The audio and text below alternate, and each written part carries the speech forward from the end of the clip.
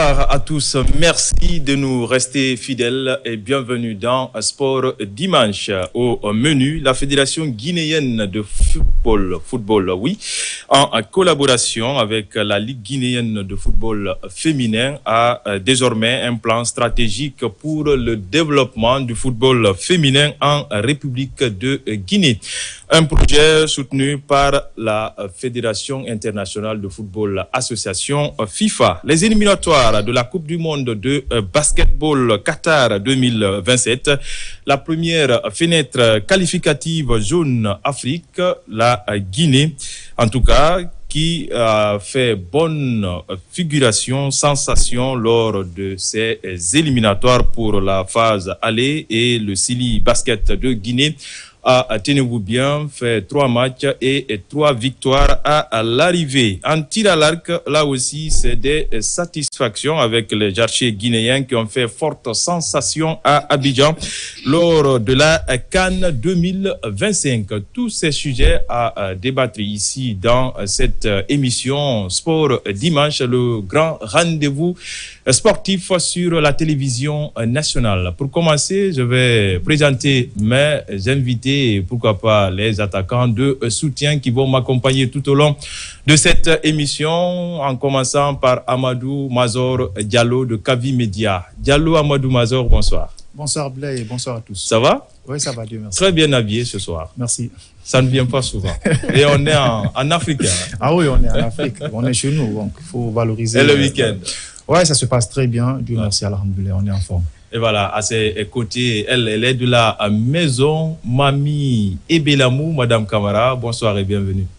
Bonsoir Blay, bonsoir à nos invités, bonsoir également à tous nos téléspectateurs qui nous suivent à travers le monde. Voilà, comme vous le savez, le football féminin en République de Guinée, en tout cas, bat de l'aile, mais après, il y a des notes de satisfaction de ça et là, puisque ce qui reste pour le moment à en parler, c'est la brillante prestation du Sili féminin des moins de 15 ans, les scolaires, bien entendu, à Banjul. Et ici, on va parler également de la stratégie, voilà, cette nouvelle stratégie pour le développement de cette discipline en République de Guinée. Et la première garante du football féminin chez nous, c'est la présidente de la Ligue guinéenne de football féminin, Fatoumata Binta Berete, qui est avec nous ce soir. Binta, bonsoir et bienvenue. Bonsoir Blay. Ça va? Ça va, Dieu merci. Et le foot féminin? Ça va, le foot féminin se porte bien. Le foot féminin reprend en tout cas de belles. Et d'entrée, on a vu cette organisation, cette cérémonie où la fédération a présenté ce plan stratégique pour le développement de notre discipline qui est le foot féminin. Et bien entendu avec l'appui de la Fédération internationale de football, l'association, la FIFA. Et aujourd'hui, qu'est-ce qu'on peut retenir de cette journée assez historique, j'ai envie de dire, pour le foot féminin en Guinée? Assez historique. Avant de commencer, je tiens à vous remercier d'abord pour l'invitation. C'est vrai que c'est pas tout le temps que nous passons ici à la RTG avec vous, mais vraiment merci quand même de penser à nous.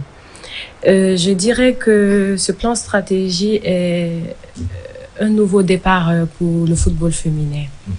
Aujourd'hui, depuis notre arrivée, je vais le rappeler, 2024, nous avons commencé l'élaboration de ce plan stratégie. Mais malheureusement, ça n'a vu jour que ce 28 novembre passé en 2025. Donc, ça a été très difficile. C'est une vision déjà de la FIFA de mettre en place une stratégie. Chaque association membre doit mettre en place une stratégie pour permettre le développement du football féminin dans son pays. Et avant de commencer l'élaboration, j'ai eu à faire une formation avec la FIFA en février 2024 à Rabat. Et c'est à travers ça que nous avons eu l'idée de mettre en place cette stratégie. L'experte qui était là, nous avons fait cette formation ensemble. Heureusement qu'elle a eu la chance d'être aujourd'hui l'experte pour suivre les associations membres des pays francophones dans l'élaboration et la mise en œuvre de cette stratégie. Je dirais que ça y va dans le développement du football féminin Parce que nous ne pouvons pas aujourd'hui penser développer le football féminin sans mettre en place une feuille de route. Savoir où on était, où on va et comment créer ce changement. Donc c'est dans l'idée-là, avec l'accompagnement de la fédération bien sûr, que nous avons mis en place cette stratégie. Oui, Major. Bon, c'est aussi intéressant de mettre une feuille de route en place parce que de longue haleine, dans nos différentes émissions, on en parle. Le problème du football guinéen, il n'y a pas un véritable projet. C'est quelque chose qui est salutaire. Moi, je vous félicite. Maintenant, Merci. moi, le véritable souci que j'ai dans ma tête sur le plan financier, financièrement, est-ce que vous avez les moyens qu'il faut pour mettre ce projet en place? Bon, pas totalement. En fait, sur la stratégie, la FIFA a mis en place des programmes. Et ces programmes, il y a plusieurs différents programmes. Nous avons le football, le développement des ligues. Nous avons d'abord la stratégie, qui est la présentation de la stratégie qui a été financée par la FIFA en partie et la Fédération guinéenne de football. Il y a le développement des ligues, il y a le renforcement de capacités, il y a la campagne de sensibilisation. Il y a des programmes qui sont soutenus soit en une année, il y a certaines en 2 ans. Donc nous, aujourd'hui, comme elle a si bien rappelé, nous avons eu la chance d'appliquer au moins 3 programmes qui sont la présentation de la stratégie que nous avons eu à faire, le développement des ligues. Le développement des ligues est financé à hauteur de 100 000 par la FIFA. Mais avec ça aussi, nous La devons... précision, $100 000. 100 000 $. Ouais. Oui. 100 000 $ par la FIFA. Mais avec ces 100 000 $, vous devez aussi organiser des formations, soit créer une compétition ou mettre ce montant dans l'une de vos compétitions majeures. Mais nous, aujourd'hui, comme la FIFA parle de développement, et nous ne pouvons pas développer le football féminin sans commencer par la base. Nous avons décidé de prendre ce montant et de le mettre dans la création du championnat national de U17. Bon, c'est vrai, certaines entendent parler du montant 100 000 $, mais aujourd'hui, moi, je me dis, c'est un accompagnement. Et si on a mis la stratégie en place, la vision que nous avons aujourd'hui pour ces compétitions, pour la formation et tout, je trouve pas totalement minime, mais aussi minime pour nous, parce que nous voulons faire tellement bien que le montant qu'on nous ramène, nous pensons que c'est minime, et c'est vrai que c'est minime. Donc, il y a l'application, il y a le programme de renforcement de capacité aussi. À partir du mois de mars, normalement, le mois de décembre, on devait lancer directement le championnat national de U17, mais avec les élections qui approchent et tout, nous avons décidé d'attendre à partir du mois de janvier pour commencer le programme du championnat national U17. Il y aura aussi les programmes de renforcement de capacité sur le leadership du football féminin, sur les administrateurs et tout ce qui s'ensuit. Donc là, vous nous rassurez à 100%, vous avez les moyens qu'il faut pour mettre ces projets en place. En partie, nous avons des moyens et nous comptons aussi chercher d'autres moyens pour rajouter sur les moyens que nous avons. Mamie. Bien, félicitations, Madame la Présidente, Merci pour la mise en beaucoup. place de cette stratégie Merci pour beaucoup. le développement du football féminin, parce que là, ça part de l'aile dans notre pays. Ouais. Quand on sait comment est-ce que ces différentes équipes se préparent pour prendre part à des différentes compétitions, non seulement sur le plan national, également sur l'échiquier international. On sait déjà à l'interne comment ça se passe. Hein. Et moi, je voulais franchement m'accentuer sur l'animation sur le plan local. Et c'est bien beau, hein, ces discours, parce que moi, j'ai fouillé déjà. Et la conclusion, c'est pour permettre à ces jeunes filles-là de vivre de leur passion. Ouais. Et pour cela, il faudrait que sur le plan local, l'animation soit effective. C'est pourquoi je vais m'accentuer surtout sur l'organisation du championnat national. Et on a tellement parlé de cela dans nos différentes émissions, ça bat de l'aile. On organise des petites animations. Le championnat n'est pas intégral. Le championnat, les filles ont en tout cas du mal à vivre en tout cas de leur passion. Comment est-ce que cette saison, parce que déjà ça a démarré, comment est-ce que vous comptez organiser ce championnat pour une fois qu'il soit intégral dans notre pays? Déjà, le championnat sera intégral cette année. Ça se jouera à Conakry comme à Kamsar, Labé et Kankan, partout où il y a un club de la Ligue 1. Le championnat féminin se jouera. Donc, c'est vrai que dans les années précédentes, nous avons eu pas mal de soucis à organiser un championnat intégral. Mais aujourd'hui, comme le dit la stratégie, nous essayons en fait 2, trouver des moyens d'encourager ces clubs aujourd'hui pour pouvoir jouer ce championnat intégral attendu dans notre pays. Et voilà, en revenant sur cette première partie de votre intervention, c'est-à-dire la mise en place du championnat des moins de 17 ans. Et aujourd'hui, quel est le canevas d'organisation de ce championnat? D'autant plus qu'on le sait, l'âge pour déterminer l'âge réel de ces joueuses-là, c'est pas se lever un petit matin pour constituer une équipe. Et comment vous êtes arrivé à ce niveau, puisque dès janvier, ça va démarrer? Est-ce que déjà, au préalable, vous avez contacté des clubs et puis vous avez détecté ces moins de 17 ans? Est-ce que l'âge requis est vraiment respecté? Bon, aujourd'hui, nous, ce que nous avons eu à faire, c'est d'élargir en fait la compétition au niveau national. Donc, ce championnat U17 se jouera en collaboration avec les différentes ligues régionales aujourd'hui, qui pourra aussi permettre à ces ligues de fonctionner. Donc, dans chaque ligue, il y aura des phases de poule et après, les premiers de chaque ligue vont se retrouver à Conakry pour jouer les quarts de finale, demi-finale et une finale. Donc, c'est comme ça, nous avons donné la latitude à ces ligues d'enregistrer ces clubs et ces joueuses pour jouer d'abord les phases de poule dans leur ligue, Conakry, Zérekoré, partout. Et les playoffs se feront à Conakry, oui. Donc, c'est comme ça. Major? Moi, j'ai remarqué quelque chose sur le plan de la communication avec le football féminin. Vous avez des gros défis parce que déjà sur la page, il n'y a pas assez de followers. Et deuxièmement, quand on voit sur votre page Facebook, il n'y a pas une parfaite communication qui est à jour. Est-ce que vous avez pensé à cela? Parce qu'aujourd'hui, le sport, c'est avec la communication. Est-ce que vous avez un budget ou bien des stratégies pour mettre en lumière aujourd'hui ce championnat guinéen? Et puis, il y a combien de clubs qui sont en train de compétir? Je vais commencer par la première question au niveau de la communication. C'est vrai, aujourd'hui, au niveau de la Ligue, nous n'avons pas un département chargé de la communication.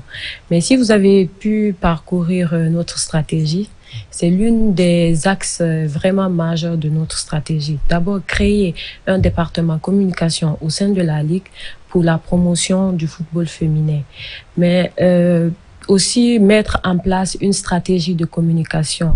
Comme je l'ai dit lors de notre présentation, aujourd'hui, la FIFA et la CAF, c'est vrai qu'ils ont des réseaux dédiés à toutes les activités qu'ils organisent et tout, mais ils ont aussi des pages dédiées au football féminin. Donc, nous allons essayer, je dirais pas copier, mais suivre les pas de la FIFA et de la CAF. Il n'est pas interdit de copier, il s'agit de bien faire.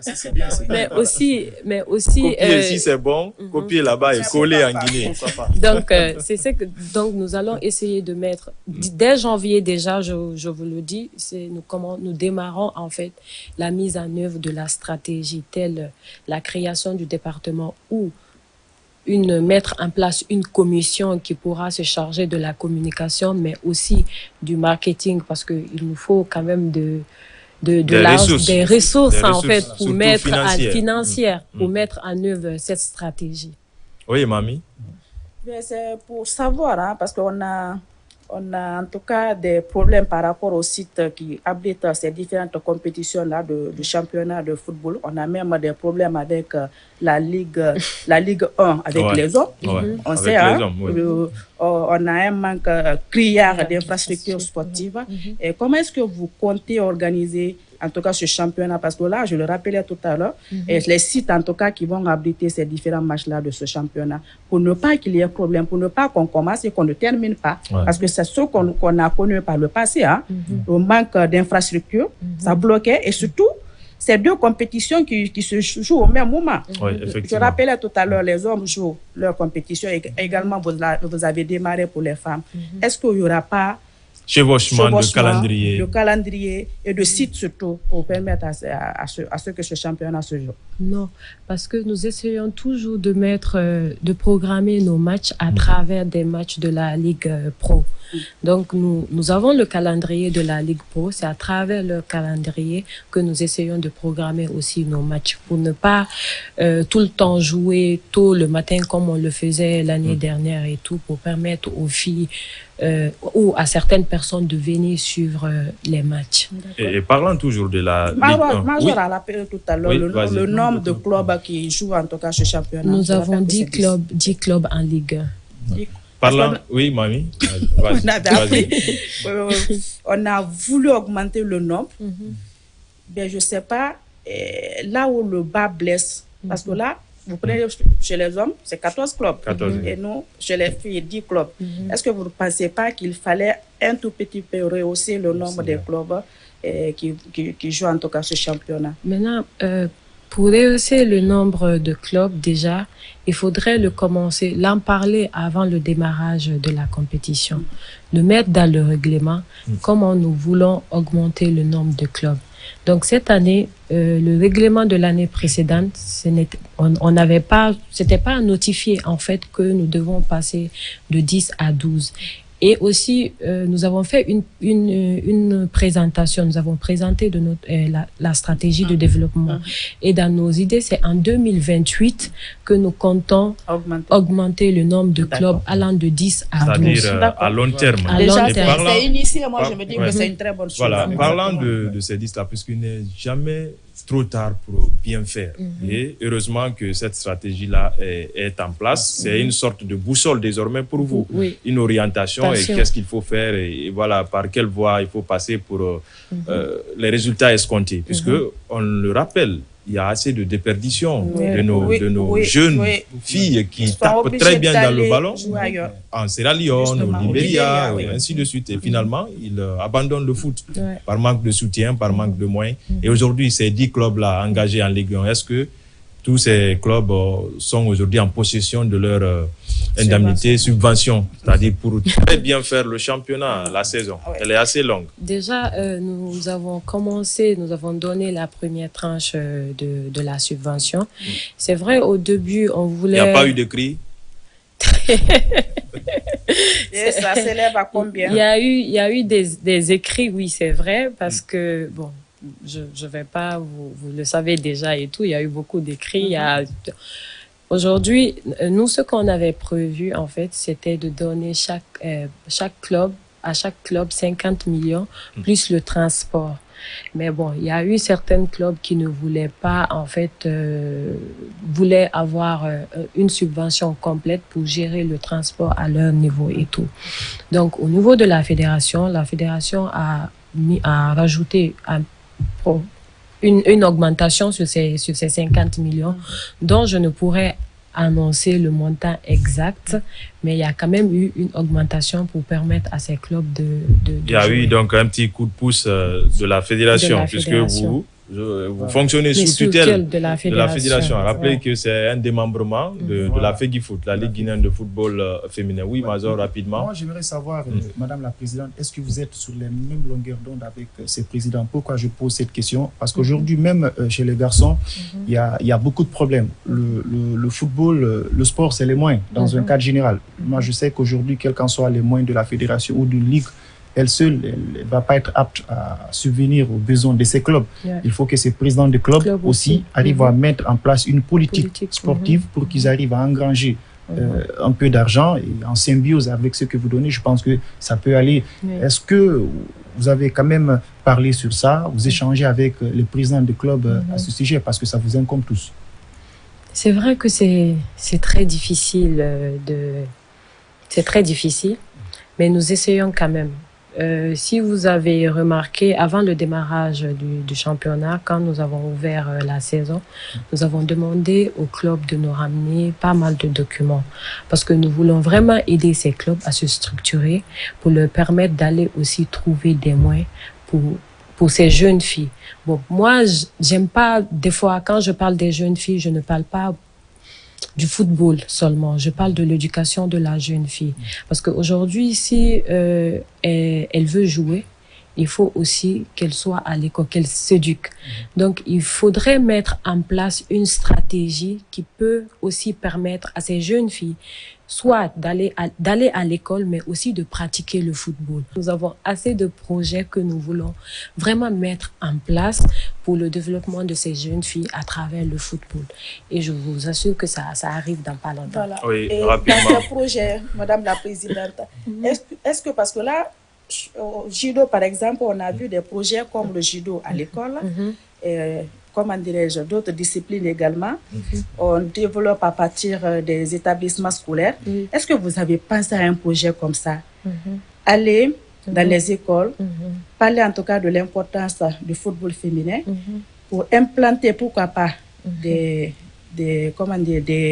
structures pour que le football puisse se développer à travers les écoles. Est-ce que vous avez pensé un tout petit peu? Ça pousse également à ce que cette discipline soit non seulement connue sur le plan national, mais également, je ne dirais pas qu'elle n'est pas connue, mais ça peut quand même vous permettre en tout cas d'aller et à atteindre vos objectifs. Oui, je reviens toujours sur la stratégie. Ce sont nos axes prioritaires. Ce sont les 8 piliers aujourd'hui de cette stratégie déjà. La formation, le football de base, le championnat jeune, le championnat national, sélection nationale, promotion, gouvernance, mais aussi le sponsoring. Cette année aussi, à l'année 2026, nous allons mettre en place un tournoi de U15 scolaire et aussi les campagnes de sensibilisation que nous essaierons de mettre en place dans les différentes régions.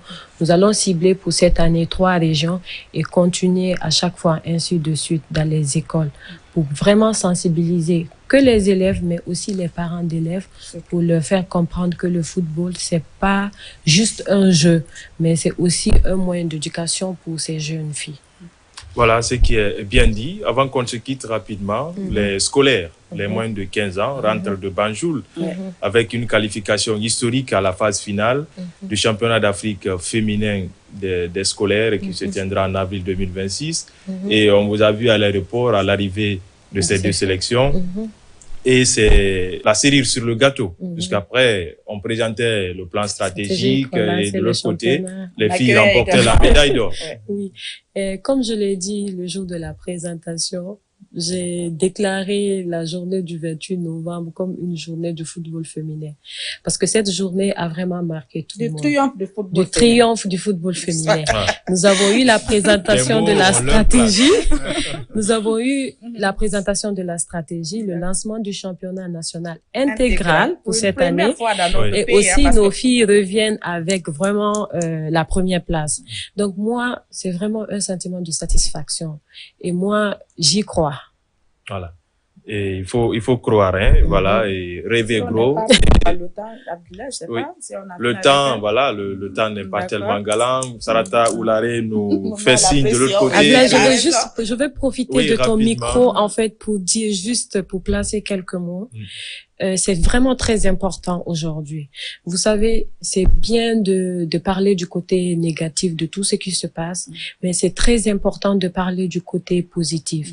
Aujourd'hui, moi, je tiens sincèrement d'abord à remercier la fédération parce que si depuis 2024, nous avons élaboré cette stratégie, c'est qu'en 2025 qu'on nous a donné la latitude à envoyer à la FIFA pour que la FIFA donne son approbation.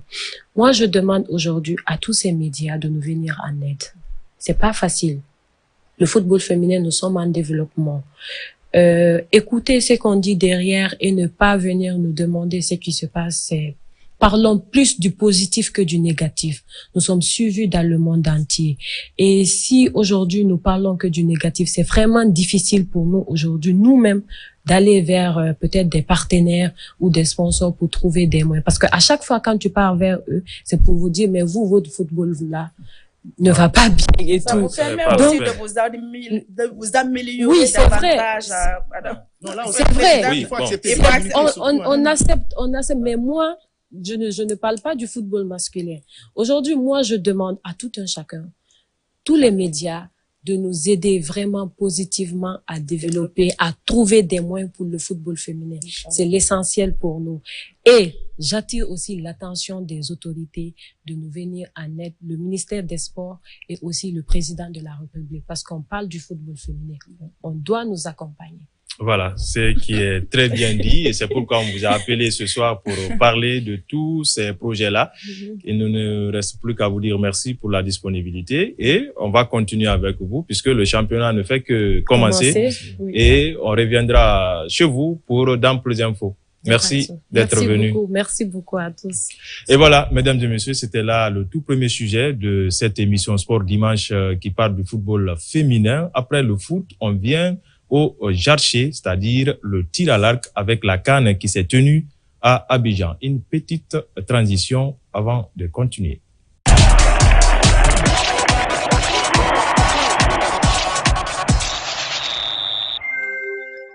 Jamais un mois n'a été aussi prolifique en termes de résultats en 2025 que celui de novembre. Du football féminin scolaire des moins de 15 ans au judo, en passant par le tir à l'arc et le basketball, les athlètes guinéens ont fait preuve d'efficacité en défendant avec brio le tricolore national. L'équipe féminine scolaire des moins de 15 ans rafle le trophée du tournoi de la zone U3A, qualificatif à la CAN scolaire tenue à Banjul en Gambie. Les protégés de Jacques Camara ont évolué dans une poule unique. En 3 matchs, c'est 2 victoires et 1 match nul, 8 buts marqués pour 1 encaissé. Yvonne Dramou a fini meilleure buteuse et meilleure joueuse de la compétition. Les garçons sont vice-champions derrière le Sénégal. Une défaite concédée en finale 4-5, c'était au tir au but après un score fermé de 0-0. Il faut le rappeler qu'ils ont marqué 14 buts en 4 matchs pour aucun encaissé. Et du coup, Nabi Silla termine meilleur gardien de la compétition. La phase finale donc de ce tournoi, ce championnat scolaire d'Afrique, c'est en avril 2026. Et si le Sénégal arrive à abriter la compétition comme pays hôte, sera d'office qualifié et la Guinée pourrait en tout cas retrouver la phase finale chez les garçons. Volet formation, Mandou Diallo et Abdoulaye Koumbassa ont pris part à une session d'évaluation de la formation des formateurs d'entraîneurs de la FIFA organisée du 2 au 5 décembre dernier au Maroc. Renforcer les compétences des formateurs et améliorer la qualité de l'encadrement technique au sein des associations membres de la FIFA. C'est pour autant dire que la Fédération guinéenne de football promet de professionnaliser le football guinéen à travers la formation.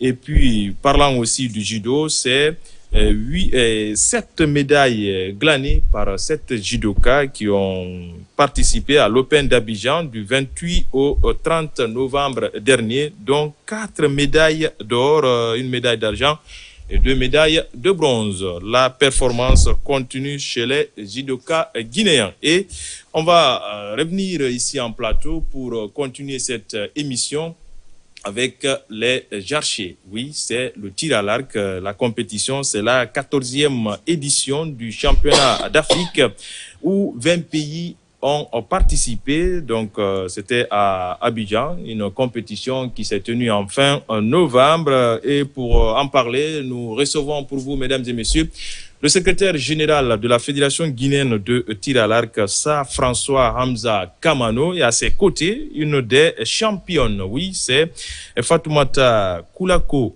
Ba, à qui nous disons bonsoir et bienvenue. Bonsoir. Koulako, monsieur. ça va? Oui, ça va. En forme? Oui. Félicitations. Merci beaucoup. Monsieur le secrétaire général, François Hamza Komano, bonsoir. Bonsoir, Aboulou. J'ai bien prononcé. Hein? Très bien. Voilà. Pour la deuxième fois, oui. Komano, il y a Kamano, Komano, Milimono, Tengiano, voilà, tout est guinéen. Ouais. Voilà, fier de l'être, et puisque là, les résultats sont assez satisfaisants ces derniers temps de la part de nos athlètes et sur le secrétaire général. Et parlez-nous de la participation guinéenne à cette compétition, les Jarchés qui ont joué et qui ont compéti et en équipe mixte, en individuel et par équipe, c'est les jeunes et c'est les seniors, c'est ça? Exactement. Ouais. Donc, la compétition d'Abidjan, c'était la 14e édition du championnat d'Afrique du tir à l'arc, qui s'est tenue du 19 au 23 novembre du côté d'Abidjan. Et la Guinée a participé avec 2 catégories, 8 athlètes au total, 4 filles et 4 garçons, avec l'objectif principal sur les U18 déjà, parce qu'il y avait 2 catégories, les seniors et les U18. Pourquoi l'objectif principal les U18? Parce que l'année prochaine, c'est les Jeux olympiques de la jeunesse déjà. Donc, la Guinée a été à Paris avec un athlète. Donc, pourquoi pas pour la jeunesse aussi, histoire d'assurer la relève surtout. Voilà, la relève surtout de Fatoumata Sylla. Et Koulakoba est bien placé pour assurer cette relève et tant d'autres d'ailleurs. Oui, Mazor. Bon, moi j'ai une question pour les deux. Vos atouts dans cette compétition? C'est l'expérience de nos chercheurs, de l'encadrement technique exactement, et surtout de Fatoumata qui a beaucoup apporté pour ces jeunes, avec tout son parcours, les Jeux olympiques, les compétitions. Donc elle était là vraiment autour de ces jeunes et accompagnée des entraîneurs. Donc c'est l'expérience presque qui a dominé la compétition. Oui, mamie. Bonsoir, Fatoumata. Oui, bonsoir. Je suis très ravie de te recevoir sur ce plateau. Tu es si jeune et tu te bats comme une lionne pour aller arracher en tout cas un titre aussi considérable. Et comment est-ce que tu as préparé cette compétition? Est-ce que déjà, dans ta tête avant de participer, tu t'es dit, je vais, oui, mais il faudrait que je revienne en tout cas avec cette médaille d'or? Oui, ça c'était mon objectif. D'accord. En plus d'être qualifié aussi pour les Jeux, Oui. c'était ça l'objectif. Bon, les préparatifs, c'était pas un peu bien. Bon, les trucs, ça s'est bien quand même passé. C'est pas évident. Hein? Oui. Oui. Oui, c'est pas facile en tout cas quand même avec les préparatifs. Mais Dieu merci, la compétition s'est bien passée. Et on a été qualifiés pour les Jeux olympiques. D'accord. Oui, Mazor. Moi, j'aimerais savoir comment tu as su se démarquer dans cette compétition. Parce qu'on parle de tir à l'arc, forcément, il faut avoir des stratégies peut-être techniques, mentales ou psychologiques. Oui, il faut avoir des techniques bien visées et répéter ce que les encadreurs te disent. Ne pas être nerveux, les trucs comme ça. Donc, oui, parce que ça demande de l'adresse, la concentration, tout ce qui va avec. Et comment vous avez vu ces chercheurs-là? Puisque au-delà de ces jeunes, il y a Fatoumata Sylla quand même, qui a de l'expérience. Comment vous avez remarqué entre eux? Est-ce que Fatoumata arrivait à les conseiller, ainsi de suite, des petits discours avant de passer à l'épreuve? Bon, d'abord, l'avantage de notre discipline, nous ne sommes pas nombreux, donc nous sommes tous ensemble. Et les jeunes ont passé presque un mois d'entraînement ferme, disons un camp d'entraînement, donc où ils étaient déjà là avec les aînés. Ils étaient tous entourés par les aînés et cela nous a beaucoup aidé. Bien que les conditions de préparation étaient vraiment pénibles pour nous. Surtout le manque criard d'infrastructures et de matériel. De matériel de faisait tir à l'arc. allusion à cela déjà. Hein? C'est pas évident. Allez-y, monsieur le secrétaire. Donc, ces facteurs-là ont beaucoup joué d'abord sur la performance globale de l'ensemble des athlètes, surtout. Notamment Fatoumata qui est déjà habituée à s'entraîner dans des conditions vraiment d'opulence et venir dans son pays, travailler dans une situation où le vent ne fait pas d'effet parce que le vent joue un grand rôle dans notre sport.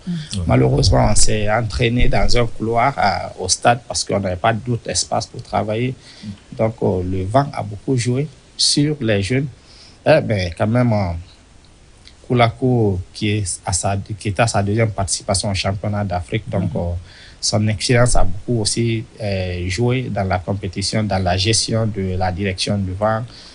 Et, en un mot, l'équipe était là au complet autour de ces jeunes en termes de conseils, en termes de prise en charge psychologique, surtout qui a beaucoup compté dans leur victoire, surtout pour la finale contre la Côte d'Ivoire chez eux, avec tout le public qui était là derrière eux. Rappelez que c'était le stade de Robert Champrou qui a abrité la compétition. Donc, ce n'était pas du tout facile pour nous, mais bon, on a su gérer le stress, on a pu contrôler les athlètes à distance, donc ils se sont retenus pour aller vers la victoire finale. Oui, et Koulako, aujourd'hui, tu as cette médaille d'or en équipe et en individuel, médaille d'argent, ainsi de suite. après l'étape d'Abidjan, c'est de préparer Dakar. Oui. Et comment tu vas t'y mettre d'abord sans parler de l'appui de toutes les personnes de bonne volonté. Toi, personnellement, comment tu comptes préparer tout ça? Bon, c'est de travailler encore un peu plus qu'avant pour au moins aller, même si c'est pas avoir une médaille, mais monter sur le podium quand même aux Jeux Olympiques. Quelle que soit la couleur de la médaille. Oui, c'est l'objectif que je monte sur le podium. Ouais. Mamie? Ben, c'est peut-être, monsieur le secrétaire général, est-ce que vous utilisez l'image de Kulako, par exemple, pour inciter d'autres filles à jouer à cette discipline? Je ne dirais pas qu'elle est mieux connue du public sportif guinéen, mais quand même, c'est une discipline qui a du mal à s'imposer, non seulement sur le plan local. Est-ce que vous utilisez en tout cas des images comme celle-là? Parce que c'est une belle performance. Jeune est allé en tout cas décrocher une médaille comme ça sur le plan continental. C'est pas du tout évident. En tout cas, votre objectif pour inciter en tout cas ces filles à venir pratiquer cette discipline dans notre pays. Merci Mamie. Au niveau de notre fédération, nous avons déjà une stratégie de communication. Nous avons notre propre page Facebook. Et si vous avez remarqué, lors des Jeux de Paris, il y a eu beaucoup plus de communication sur la tête du tir à l'arc que les autres disciplines déjà. Donc, toutes ces publications ont permis au public guinéen de découvrir ce sport. Peut-être ça Paris vraiment que les gens ont compris que le tir à l'arc existe, surtout en Guinée à travers Fatoumata. Et depuis ça, on a pas mal de jeunes qui s'intéressent à la pratique de cette discipline. Mais comme Abdel l'a si mentionné, nous sommes handicapés aujourd'hui par rapport au problème d'infrastructure. L'unique champ de tir que nous avons au stade du 28 septembre est aujourd'hui. Voilà. Le stade en chantier, donc le chantier du stade du 28 septembre. Le champ de tir a pris le coup. Ouais, bien sûr. Donc, on se débrouille pour le moment pour s'entraîner comme on le peut. Donc, nous ne pouvons pas aller vers un recrutement massif des jeunes, bien que nous en avons besoin surtout pour continuer à faire vivre notre discipline. Donc, c'est le lieu pour aussi faire appel à l'autorité, au ministère des Sports, de nous aider quand même à trouver un champ de tir dédié à notre discipline pour que les jeunes Guinéens viennent vivre leur passion à travers ce sport aussi qui éduque. Et à Fria, notamment, nous avons aussi des athlètes qui se développent, surtout Kulako. Elle est de Fria.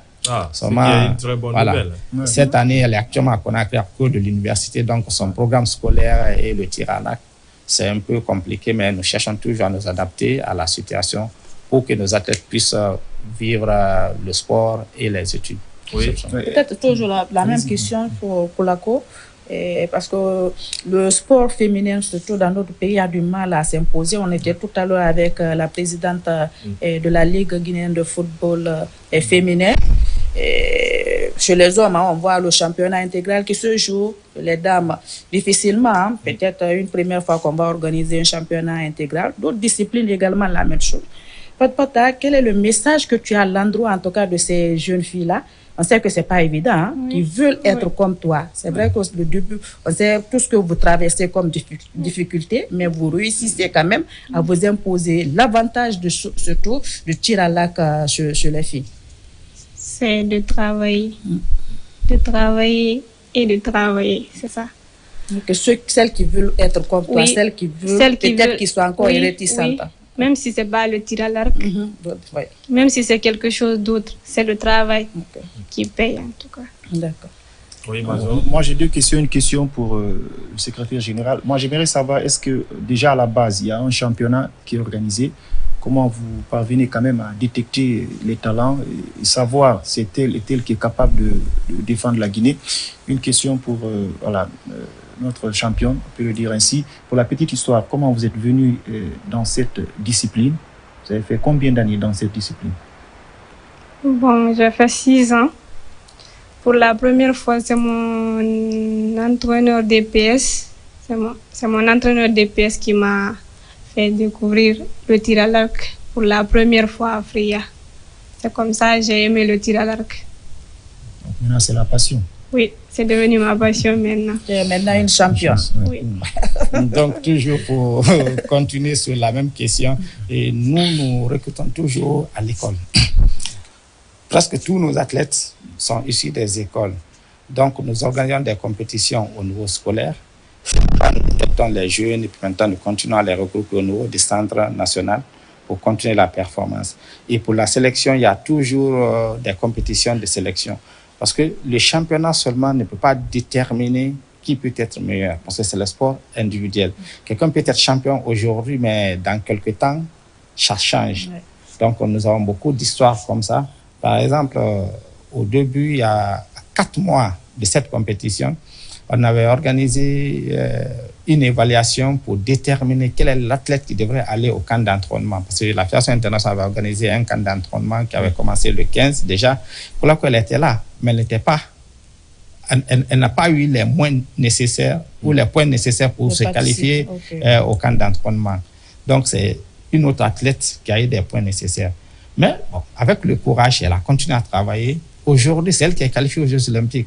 Et non l'autre là aussi qui est qualifié.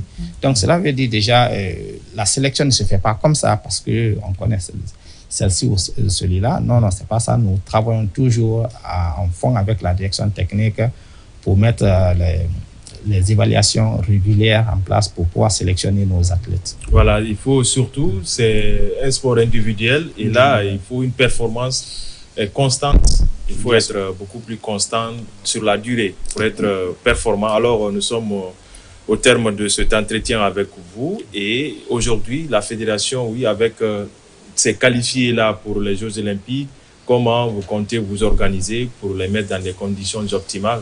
Pourquoi pas faire des camps de stage, ça et là, pour les maintenir en forme? C'est une question qui est sur la table parce que je profite de l'occasion pour les Jeux de la jeunesse de Dakar. C'est la présidente de la fédération du tir là qui est la chef de mission, Madame Aïssatou Thiam, donc qui va conduire la délégation globale de la Guinée à ces Jeux, que ce soit le tir là ou les autres disciplines déjà. Donc raison pour laquelle déjà nous mettait la pression, dit non, je ne veux pas conduire une délégation sans que mes athlètes soient dedans. C'est clair. Aussi clair, voilà. Et heureusement, il y a 2 athlètes qualifiés, une fille et un garçon. Voilà, le garçon, c'est Mouri Konaté aussi, qui est de Freya.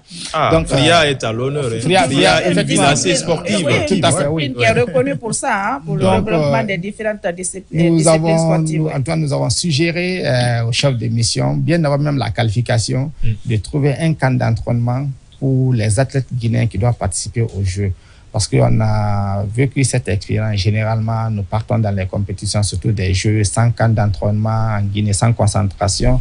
Et puis, donc, on se prépare comme on le veut, comme on le peut, avec les différentes fédérations. Mais je pense que cette fois-ci, nous avons demandé un camp d'entraînement et le comité olympique et la fédération et le ministère peut-être vont conjuguer les efforts, moins pour mettre les athlètes peut-être à l'internat pendant une période considérable, afin de permettre à la Guinée de briller lors des Jeux Olympiques de la jeunesse. Parce que c'est tout près quand même. Au Sénégal, il va falloir qu'on ait beaucoup plus de médaillés à ces Jeux Olympiques de la jeunesse. Merci en tout cas. Et surtout, c'est la première compétition en Afrique aussi des Jeux Olympiques. Pourquoi n'est pas écrit l'histoire? Effectivement. Fatoumata Koulakoba, merci d'être venue. Félicitations encore une fois. Merci. Et bonne chance pour la suite de ta carrière. Merci beaucoup. Voilà. Monsieur le secrétaire général, merci. Merci à vous. Merci. On a été édifiés quand même. C'est tout à fait normal. À la place de la présidente, Madame Thiam Aïssatou, vous avez assuré. Merci. Et voilà, mesdames et messieurs, c'était là le tir à l'arc avec nos invités, le secrétaire général de la Fédération guinéenne de tir à l'arc, monsieur François Hamza Komano, et Fatoumata Koulakoba, archère championne donc de cette discipline avec la CAN qui s'est tenue tout récemment à Abidjan. Du tir à l'arc, place au basketball.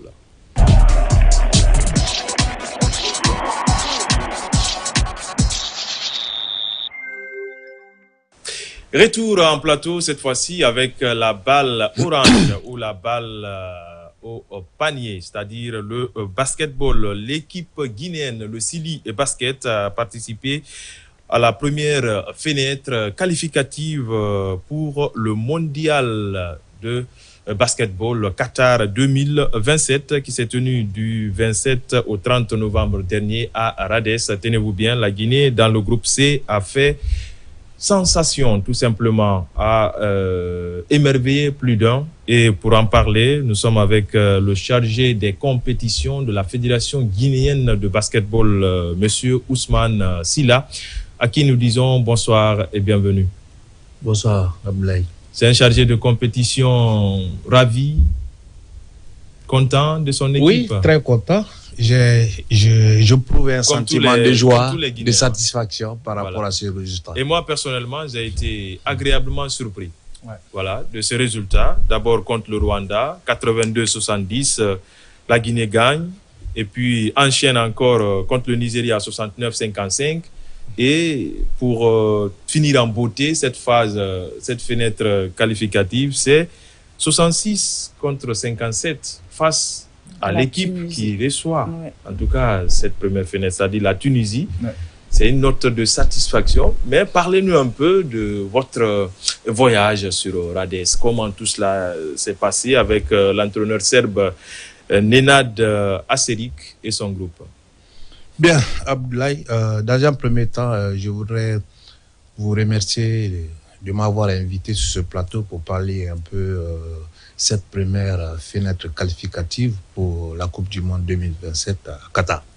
Bien, moi je suis arrivé là-bas depuis le 23 novembre. C'était juste l'histoire d'attendre tous les membres qui doivent être dans cette délégation. Donc, entre-temps, les joueurs sont venus un peu en contre-goutte parce qu'ils n'évoluent pas dans un même continent. Il y a certains qui sont aux États-Unis, en Europe et en Asie. Voilà, donc... mais la compétition proprement dite, je crois qu'elle a commencé le 27 novembre, où nous avons joué notre premier match contre Rwanda, le deuxième match contre Nigeria et le troisième match contre la Tunisie. Et voilà, et Mazor. Bon, d'abord, toutes mes félicitations. Déjà, à la base, le championnat, ça se porte très bien, surtout sur le plan de la communication. C'est vraiment professionnel. C'est quelque chose qui est salutaire parce que ça fait belle lurette on ne parlait pas du championnat guinéen. Alors, moi, j'aimerais savoir comment vous vous êtes préparé. Parce que moi, je me dis, quand on engrange ces genres de victoires, on ne parle pas de hasard. Il y a forcément une logique à la base dont vous êtes appuyé. Bien, une très belle question. En ce qui concerne la réussite de cette compétition de notre équipe guinéenne, parce que tout simplement, il y a eu à la base un plan stratégique que nous avons essayé de mettre en application. D'abord, il était question d'organiser un championnat digne de nom. Vous-même, vous avez constaté, nous avons réussi à organiser un championnat intégral où nous sommes allés en play-off juste pour produire franchement des joueurs capables de représenter dignement notre pays dans des compétitions, qu'elles soient africaines ou internationales. Donc au-delà de ça, les joueurs venant à l'étranger, tous jouent dans les grands clubs. Donc nous avons cette grande chance, non seulement de trouver des bons joueurs, des talents dans notre championnat, juste l'histoire aussi de les valoriser. Parce que la seule chose qu'on peut apporter pour aider ces joueurs, pour les encourager, pour les motiver, c'est par rapport à leur valorisation, c'est-à-dire en les mettant dans les sélections nationales pour qu'ils puissent continuer à s'exprimer, voire un jour aussi pour avoir la chance d'être dans d'autres clubs, pas en Guinée. Bien. Oui, Mamie. Félicitations déjà pour cette phase, allez. Parce que là, la mention a été vraiment bonne. Merci. Et c'est pourquoi on le dit toujours, tant qu'il y a le sérieux, le résultat suit forcément. Ouais. On a vu le sérieux qu'il y a au sein de cette fédération avec l'organisation des différents championnats, la Coupe nationale. Et tout à l'heure, vous avez rappelé déjà des joueurs qui provenaient des États-Unis, de l'Asie. Mais sauf qu'on n'a pas entendu le nom de la Guinée. Est-ce qu'il y a des joueurs qui provenaient du championnat guinéen? Et si oui, quel est le nombre que vous avez pigé dans ce championnat? Bien, sur le plan national, à mon avis, on a pu trouver, dans un premier temps, on a sélectionné 15 joueurs qui ont commencé la préparation depuis le 10 novembre. Donc, à l'approche de la compétition, je crois, une semaine, on a diminué un peu le nombre. Mais au finish, je crois au terme de cette préparation, nous avons pu, le staff technique a pu retenir 2 joueurs sur le plan national et qui se sont fait accompagner par un troisième qui a joué aussi le championnat national, Ibrahima Khalil Fofana, qui joue à Bamako. Donc, il y a eu 3 joueurs venant de l'Afrique, 2 de la Guinée et puis 1 de Bamako. Voilà. Et, oui, maintenant, dans cette compétition, je sais que les phases suivantes, la Guinée est devenue maintenant une équipe à battre, on peut le dire ainsi, parce que les gens sont situés du niveau de notre équipe. Est-ce que déjà vous avez pris des précautions, soit pour renforcer l'effectif, ou bien pour travailler sur vos adversaires? Et qu'est-ce que vous avez quand même établi en place? Inch'Allah, les dispositions seront prises en ce qui concerne la prochaine étape. D'accord? Seulement, moi, je profiterai de cette opportunité pour lancer un appel auprès des autorités de continuer à soutenir cette fédération naissante qui peut beaucoup apporter, non seulement pour le département chargé des sports, mais pour la Guinée.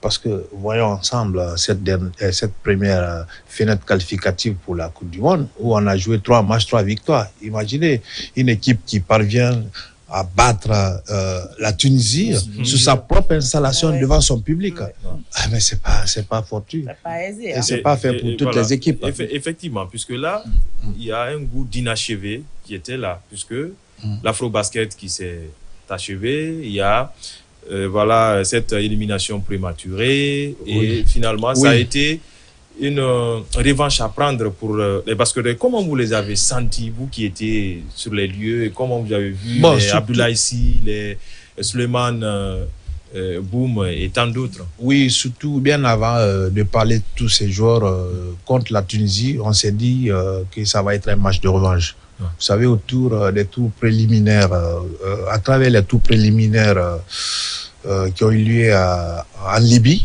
pour l'Afro-Basket, la Tunisie avait battu la Guinée sur un score d'1 point d'écart, non? Évidemment. Je crois 65 à 66, 1 point d'écart. Ça, c'était en Libye. Et là, la Guinée gagnait. C'est à la dernière seconde que la Tunisie a réussi à battre la Guinée.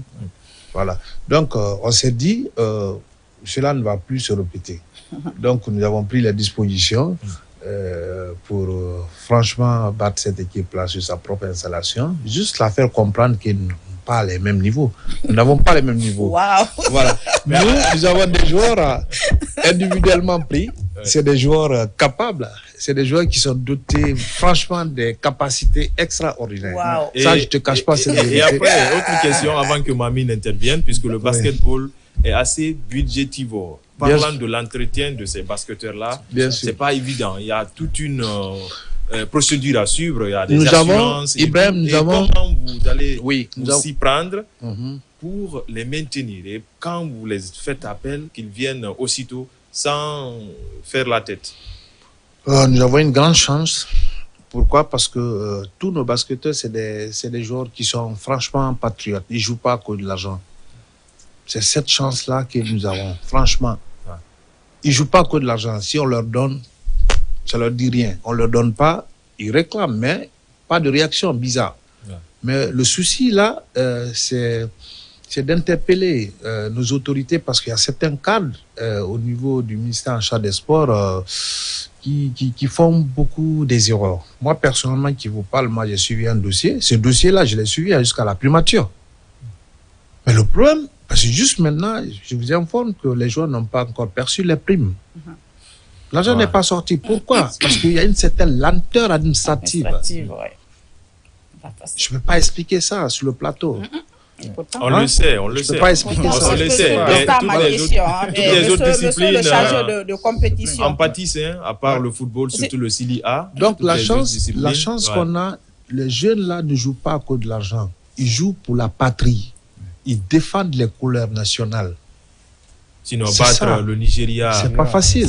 C'est des grandes nations de basket. C'est des grandes nations Tu ne peux pas comparer sur le plan des infrastructures sportives la Guinée à ces pays. C'est pas possible. Jusqu'à présent, nous n'avons pas parlé de sport. Je riais parce que cette assurance qui dégage parlant de cette discipline, comme pour dire que le basketball renaît de ses cendres. Franchement, c'est à encourager. Il le rappelait tout à l'heure. Dans un passé récent, on avait du mal à aller s'imposer devant ces nations-là comme la Tunisie. surtout sur leur propre installation, également contre le Nigeria. Donc franchement, quand je l'entends parler, dire que oui, c'est vrai que ils ont eu quand même à nous battre. Maintenant là, ils viennent pour dire que oui, c'était ça le passé. Maintenant là, ils viennent et puis ils reprennent leur place. Je reviens maintenant vers vous, monsieur le chargé de compétition. Pour réussir un tel exploit, il faudrait que derrière, qu'il y ait de l'accompagnement. Et il y a une phase importante qui reste. Je crois que ce sera la dernière phase, avant la deuxième fenêtre. La deuxième fenêtre, la Guinée sera exemptée. C'est à la troisième fenêtre. La troisième fenêtre. Où on va réussir quand même à se qualifier. Et c'est une phase extrêmement importante pour nous permettre, en tout cas, de nous qualifier pour la phase finale de la Coupe du Monde. En tant que premier responsable, en tout cas, vous êtes le chargé de compétition. De quoi vous avez besoin? Parce que là, vous avez votre caméra et puis vous êtes sur la télévision nationale et c'est ici où les autorités peuvent vous entendre. De quoi vous avez besoin pour vous permettre en tout cas de réussir en tout cas ce exploit, aller pour se qualifier? Bien, une très belle question. Mamie, je dirais... D'abord, je sais quelque part, le ministre en charge des sports avait bel et bien fixé des objectifs par rapport à cette fédération naissante après notre installation, parce qu'il a dit il faut que vous participez aux Jeux olympiques qui doivent avoir lieu aux États-Unis. Il a dit ça, je me rappelle bien, si j'ai très bonne mémoire. Alors, pour atteindre ces objectifs, il va falloir que le département en charge des moyens, en charge des sports, mette les moyens à la disposition de cette fédération naissante afin qu'elle puisse franchement suivre une très bonne préparation pour pouvoir atteindre ces objectifs. Aussi, essayer de payer les aérés des primes des joueurs. Parce qu'en Afro-Basket, rien n'a été payé. Au niveau de, comment on appelle, Rwanda, Kigali, des cadets, rien n'a été, des cadets et des cadettes, rien n'a encore été payé.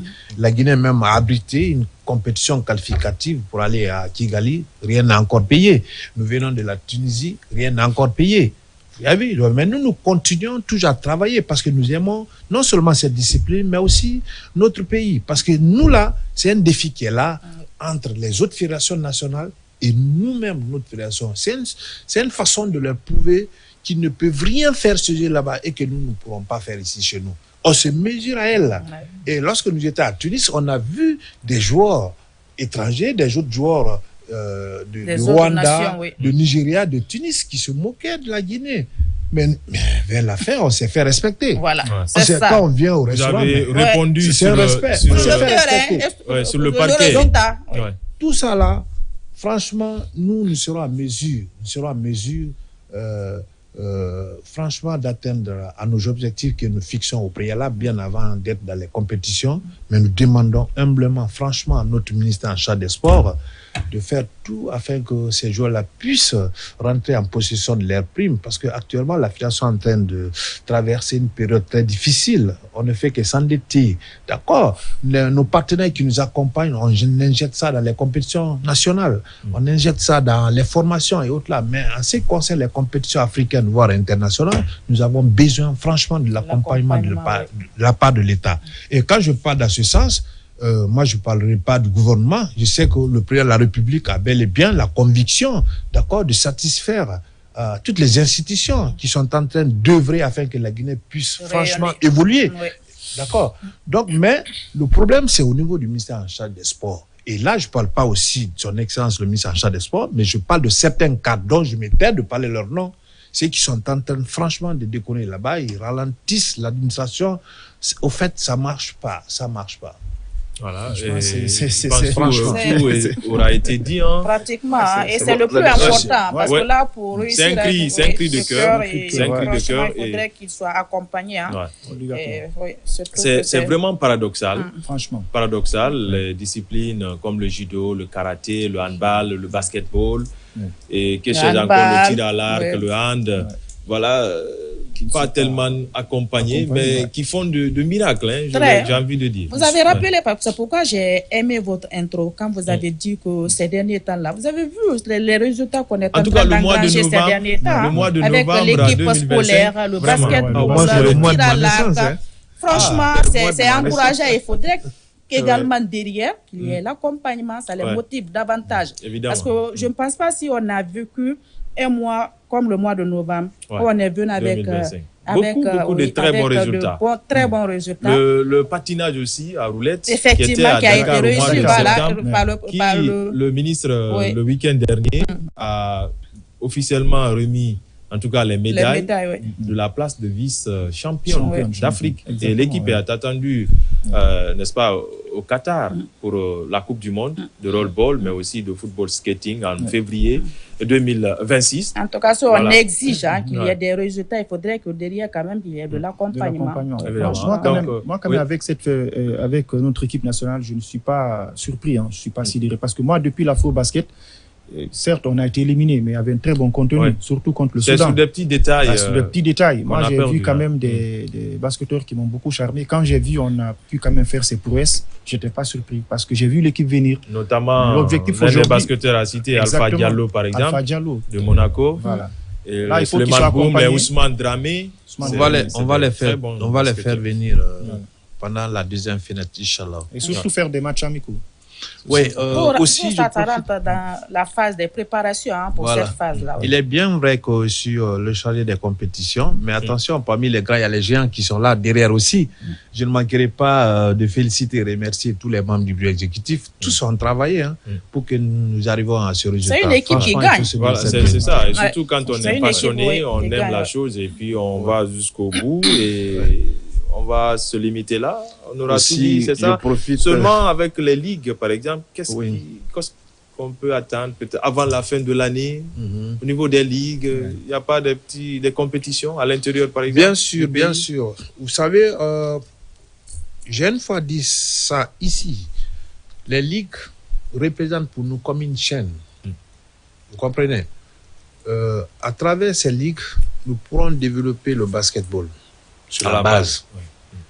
Nous avons prévu des séances de formation, nous avons prévu des animations, nous avons prévu aussi des compétitions, mais aussi même sur des infrastructures sportives, le matériel même. Parce que le président, la fois dernière, a effectué un déplacement et où il est venu avec des panneaux, 10 paires de panneaux. Et ces panneaux-là seront distribués sur toute l'étendue du territoire national. Ça, c'est sur le plan matériel. Les infrastructures nous feront en sorte, avec l'accompagnement de nos partenaires, l'accompagnement du ministère en charge des sports, nous pourrons réfectionner certains certains terrains, je veux dire, existants dans ces ligues, afin que nous puissions franchement mettre en application notre politique de développement. Surtout que la pratique soit beaucoup plus horizontale, partout en Guinée. Bien sûr, le basket ne va pas se jouer seulement à Conakry. Voilà. Nous allons y penser. Des compétitions. Nous allons y penser. Merci pour la question, tu me rappelles bien, mais je crois que c'est dans notre portefeuille. Merci beaucoup pour toutes ces précisions. Et on vous souhaite bonne chance pour la fenêtre à venir, qui sera une fenêtre assez ultime pour le Sili Basket. Et voilà, mesdames et messieurs, nous sommes vers la fin de cette émission, mais bien avant, une fois n'est pas coutume, avant qu'on ne se quitte, mesdames et messieurs, nous vous rappelons que le capitaine du Sili national de la République de Guinée, Isiaga Sila, a perdu son épouse Doussou Keita. Le décès est survenu à Tunis ce dimanche. Des suites d'une courte maladie, le service des sports de la RTG, par ma voix, présente ses condoléances les plus émues à Isiaga Sila et à toute la famille pleurée. Paix à l'âme de la défunte. Amin. Mamie, Mazor, c'est un coup dur quand même pour Isiaga. C'est vraiment difficile. On a appris ça ce matin-là. Le capitaine a perdu son épouse. C'est difficile de perdre un être aussi cher, proche de toi, qui on a décidé en tout cas de vivre le reste de notre vie. Et on ne peut que lui souhaiter nos condoléances les plus attristées et qu'il soit surtout fort, parce qu'on sait que ce n'est pas évident.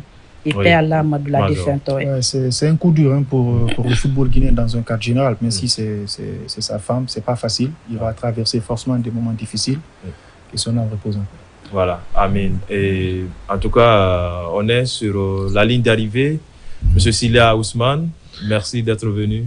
Merci, Ablo. Mais je voulais profiter de cette opportunité encore, cette deuxième opportunité, de remercier et féliciter Yacouba Silla et Tidiane Dramé. Ce sont nos managers qui font beaucoup de boulot pour le regroupement des joueurs. Ils sont à l'étranger. Voilà. C'est eux qui sont permanemment en contact avec tous ces professionnels. Donc, dès qu'on les fasse appel, tout de suite, ils répondent. Il n'y a pas de problème. Donc, c'est un moment pour moi de les encourager, de les féliciter, surtout de les encourager. Grand merci. Il constitue en quelque sorte la croix de transmission entre la fédération Très bien. et ses professionnels. Merci. Amadou Mazor, merci en tout cas pour toute cette expertise. Merci. À la prochaine. Merci. Mami Ebelamou, Madame Camara, merci. Merci à nos téléspectateurs qui ont pris le temps de nous suivre également. On se retrouve une prochaine fois pour parler de sport. Voilà, mesdames et messieurs, c'était tout pour Sport Dimanche sur la télévision nationale. Merci à l'ensemble de l'équipe technique mobilisée autour de Yamoussa Kamara et Sarata Oulare à la réalisation. Merci à vous de nous avoir suivis. On se retrouve très prochainement pour d'autres infos sportives qu'il vous faut. D'ici là, bonne suite de programmes sur la RTG. Au revoir.